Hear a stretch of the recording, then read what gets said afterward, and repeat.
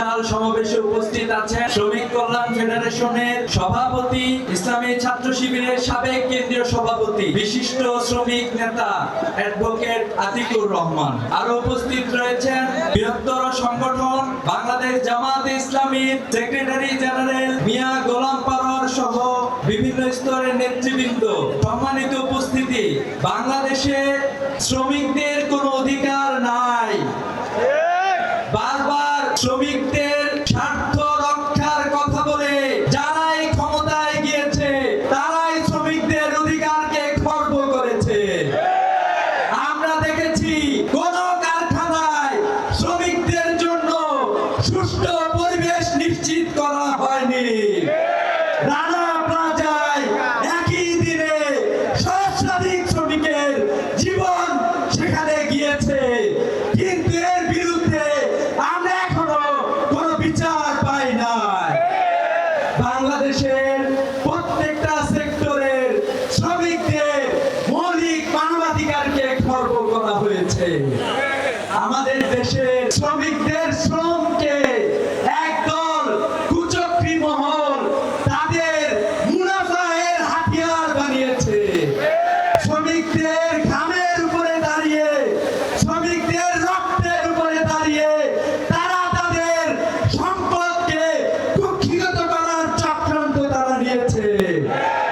আমরা বলতে চাই, আগামীতে বাংলাদেশে যেদিন সুষ্ঠু সরকার প্রতিষ্ঠিত হবে, যেদিন বাংলাদেশে আল্লাহর রাসূলের বিধান কায়েম হবে, সেদিন বাংলাদেশের শ্রমিকরা তাদের অধিকার পাবে।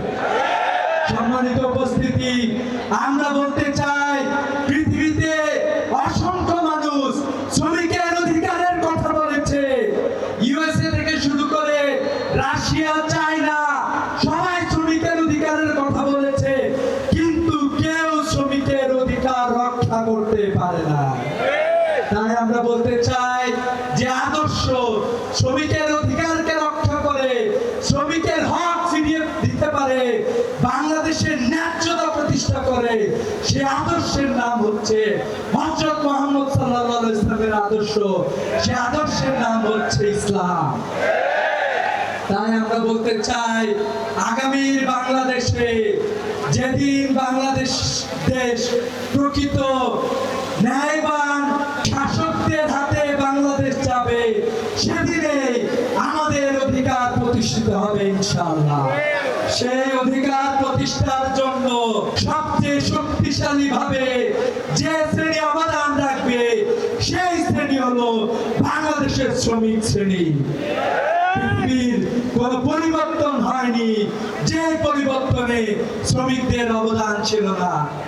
আমরা দেখেছি সর্বশেষ জুলাই বিপ্লবে বাংলাদেশের ছাত্র জনতা যখন রাস্তায় নেমে এসেছিল, সেদিন সহস্রাধিক শ্রমিক, লক্ষ শ্রমিক বাংলাদেশের রাজপথে নেমে ফ্যাসিবাদকে বাংলাদেশে বিতাড়িত করেছে। তাই আমরা বলতে চাই, আগামীতে যারা শ্রমিকের অধিকার নিয়ে চিনিমিনি খেলতে চান, তাদেরকে সতর্ক করতে চাই, ছাত্র এবং শ্রমিকদের ঐক্য আগামীতে আপনারা যেই মানুষের অধিকারকে খর্ব করেছেন, সেই অধিকার আদায়ের জন্য ছাত্র এবং শ্রমিকদের ঐক্য বাংলাদেশ প্রতিষ্ঠায় সামনে এগিয়ে আসবে ইনশাআল্লাহ। সম্মানিত উপস্থিতি, ছাত্র এবং শ্রমিকের ঐক্যকে আগামীতে প্রতিষ্ঠা হবে, সেই ঐক্য প্রতিষ্ঠিত হবে, সে আহ্বান ব্যক্ত করে আমি আমার কথা শেষ করছি। আসসালামু আলাইকুম ওয়া রাহমাতুল্লাহ।